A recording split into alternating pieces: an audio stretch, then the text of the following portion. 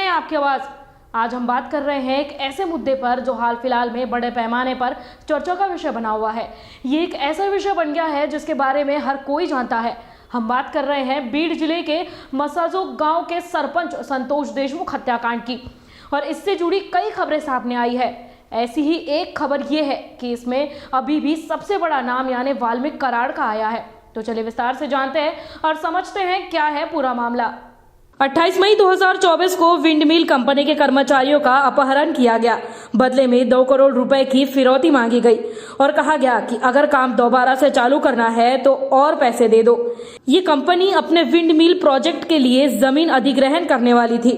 फिर 6 दिसंबर 2024 को घुले की अगुवाई में मसाजोग गांव में स्थित कंपनी की साइट पर लोग पहुंचे और इन लोगों ने वहां मौजूद गार्ड और कर्मचारियों पर हमला किया।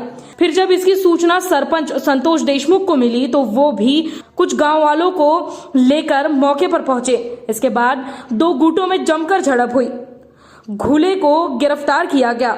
इसके बाद 9 दिसंबर 2024 को घुले ने अपने साथियों के साथ मिलकर पहले सरपंच संतोष देशमुख की कार रोकी और बाद में उनका अपहरण किया और उसके कुछ घंटों बाद ही सरपंच संतोष देशमुख का शव बरामद किया गया। जैसे ही ये खबर गांव में मिली तो अगले दिन माने 10 दिसंबर 2024 को मसाजोग गांव के लोगों ने इस हत्या को लेकर विरोध प्रदर्शन करना शुरू कर दिया। उनके इस प्रदर्शन को मराठा आरक्षण की मांग कर रहे मनोज जरांगे का भी साथ मिला और फिर 11 दिसंबर 2024 को पुलिस द्वारा इस पूरे मामले को लेकर एफआईआर दर्ज की गई और जांच शुरू कर दी गई। बाद में इस मामले में कुछ लोगों को गिरफ्तार भी किया गया। बीड़ में हुए इस हत्याकांड को लेकर सिर्फ विपक्षी दल ही मौजूदा सरकार से आरोपियों के खिलाफ कार्रवाई की मांग नहीं कर रहे हैं, बल्कि महायुति गठबंधन के विधायक भी दोषियों के खिलाफ कड़ी कार्रवाई की मांग कर रहे हैं। साथ ही महायुति गठबंधन में ऐसे कई विधायक हैं जो संतोष देशमुख के परिवार के समर्थन में हैं। बताया जा रहा है बीते सोमवार को केंद्रीय सामाजिक न्याय और आधिकारिक राज्य मंत्री रामदास आठवले ने भी संतोष देशमुख परिवार से मुलाकात की।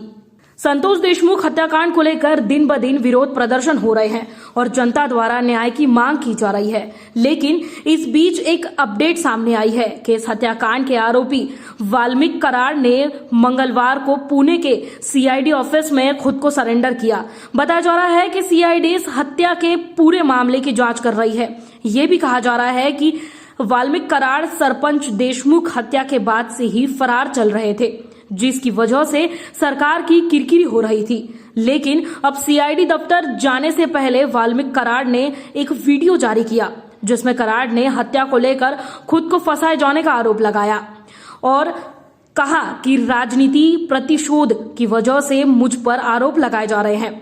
ऐसा कहा जा रहा है कि वाल्मीकि कराड़ को गिरफ्तार करने के लिए पुलिस के ऊपर भी काफी दबाव था। कराड़ धनंजय मुंडे का कट्टर कार्यकर्ता के नाम से पहचाना जाता है।